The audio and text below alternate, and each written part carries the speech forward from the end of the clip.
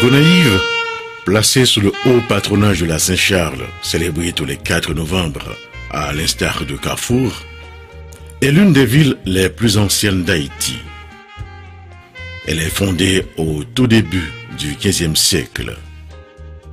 Elle s'était déjà rendue célèbre de l'arrestation à l'embarcation de Toussaint Louverture pour l'exil en 1802.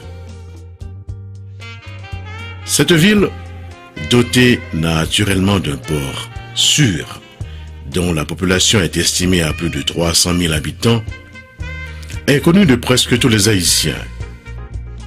Elle a fait l'histoire, elle l'a marqué, et notre goût recherché de la liberté et de l'indépendance y est scellé le 1er janvier 1804.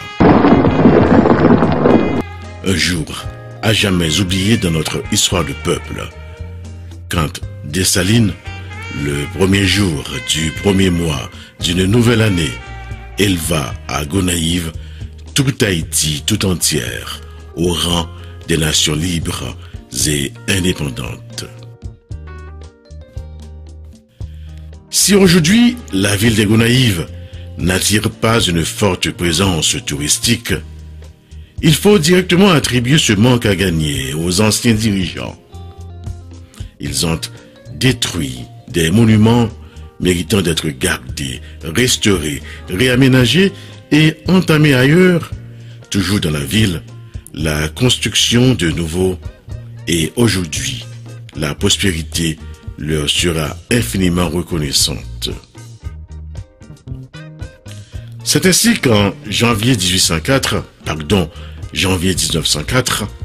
le président Nord Alexis, dans le cadre de la célébration du centenaire de l'indépendance, fit construire le nouveau palais des héros.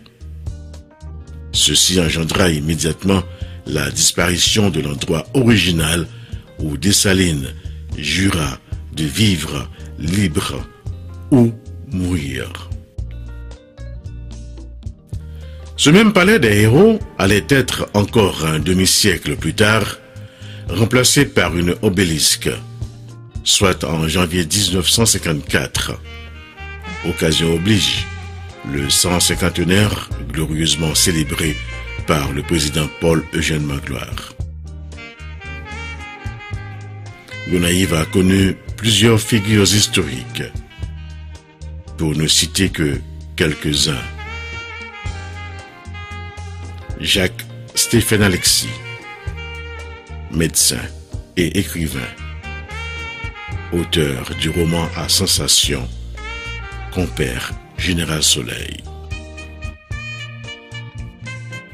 Maurice Sexto, l'un des grands paroliers haïtiens de tous les temps, qui ne se souvient pas de Metzabolbec, de Gomoso, de Tissintanise. Jacques-Édouard Alexis, ancien Premier ministre sous la présidence de René Préval, intellectuel de grand calibre, agronome, professeur et recteur de l'université, ancien candidat malheureux à la présidence d'Haïti en 2010. La diva Emeline Michel, avec un mixage de compas, de rara et de jazz, fait mieux percevoir la musique haïtienne au-delà de nos frontières. Madame Herta Pascal Trouillot, première femme présidente d'Haïti, et c'est sous sa présidence que le pays a connu ses premières élections libres et démocratiques en décembre 1990. Timano. Il allait justement avoir 32 ans quand il succomba après une maladie courageusement supportée.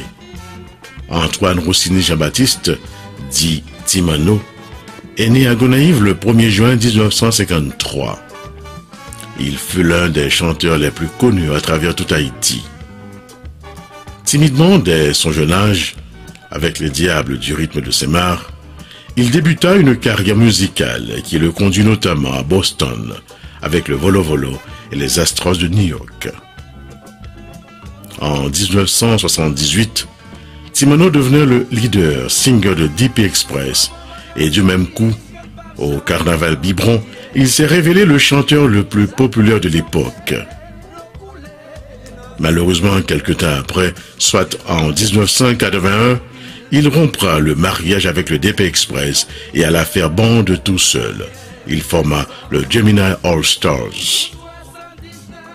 À sa mort à New York, le 13 mai 1985, le groupe enregistra 5 albums avec des tubes très connus tels L'Agent Cante.